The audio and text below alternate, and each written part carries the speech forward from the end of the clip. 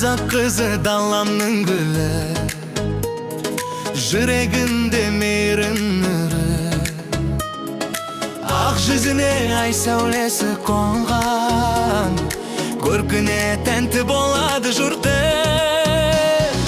Қазақ қыздары, әсем қыздары, сұлулығың әнге айналды. Назды күлкің, мөлдір жанарың, жүректерді баурап алады.